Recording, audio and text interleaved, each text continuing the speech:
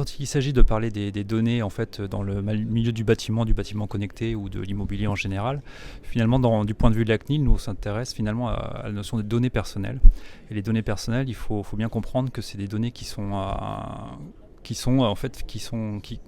permettent aux acteurs de travailler, mais aussi qui leur imposent des obligations vis-à-vis de l'individu. Et quand on va parler des acteurs dans l'immobilier, on ne va pas s'intéresser à qui est propriétaire de la donnée, en protection des données personnelles, finalement, ce n'est pas la notion de propriété qui est importante, mais la notion de responsable de traitement. Par responsable de traitement, on entend l'acteur, l'organisation, l'entreprise qui va collecter les données et les traiter pour son compte. Et finalement, la CNIL va s'intéresser à qui est le responsable de traitement, quelles sont les données qu'il collecte, sur quelle base légale, et quelles sont les obligations qu'il va pouvoir avoir vis-à-vis de l'individu, sachant qu'il faut bien comprendre une chose, que quand on parle des données personnelles, on a le droit, moyennant certaines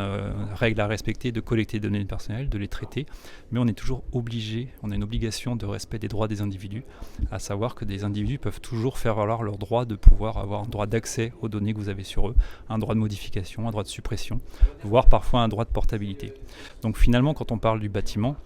du point de vue de la protection des données personnelles, c'est qui finalement est la personne qui va installer soit le capteur, soit la caméra, soit tout type de service, et comment elle va mettre en place un système qui va à minima pouvoir informer la personne de la collecte des données, de lui présenter finalement dans certains cas, lui demander son consentement, et ainsi de suite. Et toute une mécanique qui existe avec le règlement européen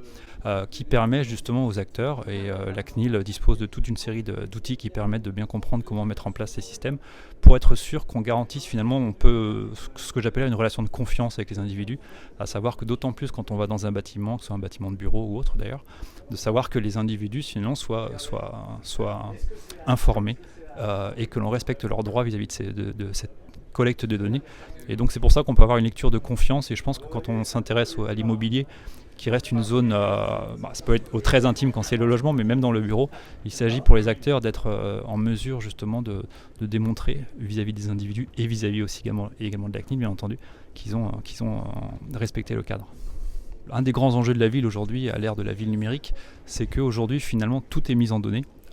Tout passe par la collecte de données, le traitement de données, le plus souvent personnel. Et donc on se rend compte qu'à l'échelle de la ville, finalement, il reste très très peu de services qui ne sont pas numérisés et qui ne sont pas directement liés à la collecte de données. Donc ce qui est important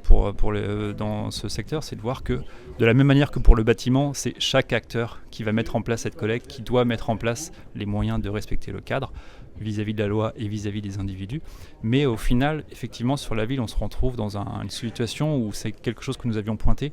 où il est de plus en plus compliqué de circuler anonymement dans la ville. Et on voit bien que la collecte de données devient permanente. Et donc il s'agit d'être particulièrement vigilant pour faire en sorte que justement les personnes puissent encore